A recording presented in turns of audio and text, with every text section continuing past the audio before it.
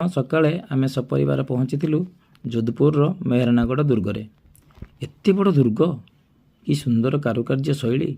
ବାପରେ ବାପ! ଦୁର୍ଗ ଭିତରେ ଚାଲି ଚାଲି ପୁରା ଅବସ୍ଥା ବେହାଲ ହେଇଗଲା।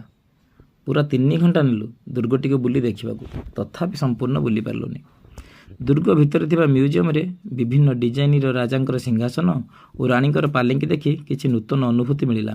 ଜୀବନରେ ପାଲିଙ୍କି ଦେଖିନଥିବା ପିଲାମାନେ ପାଲିଙ୍କି ଗୁଡ଼ିକୁ ଦେଖି ଅନେକ ପ୍ରଶ୍ନ କରୁଥିଲେ।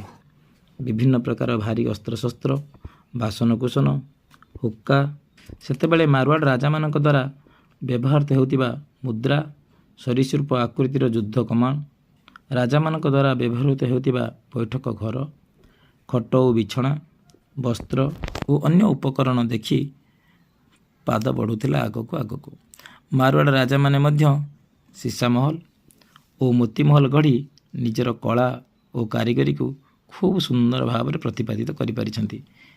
ଗଡ଼ର ଛାତ ଉପରେ ଗୋଟିଏ ପ୍ଲେସ୍ରେ ସମସ୍ତେ ଫଟୋ ଉଠାଉଥିଲେ। ଆମେ ବି କ'ଣ ଛାଡ଼ିବୁ, ସେଠାରେ ଆମେ ମଧ୍ୟ ଗୋଟେ ଫଟୋ ଉଠାଇଦେଲୁ। ତାପରେ ମ୍ୟୁଜିୟମର ବାକି ଥିବା ଜିନିଷ ଗୁଡ଼ିକୁ ଦେଖି ରିଟର୍ଣ୍ଣ ଆସିଲୁ ଗାଡ଼ି ପାଖକୁ। ଫେରିଲା ବେଳକୁ ଚାଲି ଚାଲି ସମସ୍ତେ ଥକି ପଡ଼ିଥିଲେ ଏବଂ ଗଡ଼ର ପ୍ରକାଣ୍ଡ ଆକାର ଓ ଡିଜାଇନ ବିଷୟରେ ଆଲୋଚନା କରି କରି ଫେରୁଥିଲେ। ସେଠାରୁ ଯାଇଥିଲୁ ଆମେ ଯଶବନ୍ତ ଥଡ଼ା। ସମ୍ପୂର୍ଣ୍ଣ ଧଳା ମାର୍ବଲ ପଥରରେ ନିର୍ମିତ ଏହି କଳାକୃତି ଅତୀବ ମନୋରମ ଥିଲା।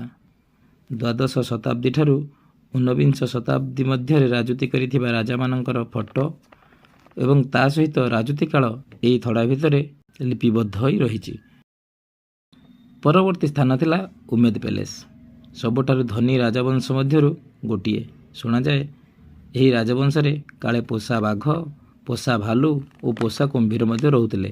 ସେତେବେଳର ଅନେକ ନାମୀ ଦାମୀ ଆସବାବପତ୍ର ସହିତ ହଜାର ହଜାର ଡିଜାଇନର ଘଣ୍ଟା, ଯେ କେହି ଦେଖିଲେ ବି ଆଶ୍ଚର୍ଯ୍ୟ ହୋଇଯିବ।